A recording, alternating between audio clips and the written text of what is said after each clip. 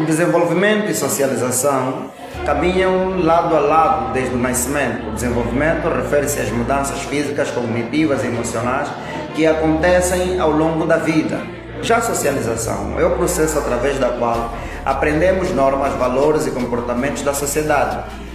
Desde o bebê, o contato com a família é essencial. É aí que surgem os primeiros vínculos, especialmente com a mãe ou o cuidador.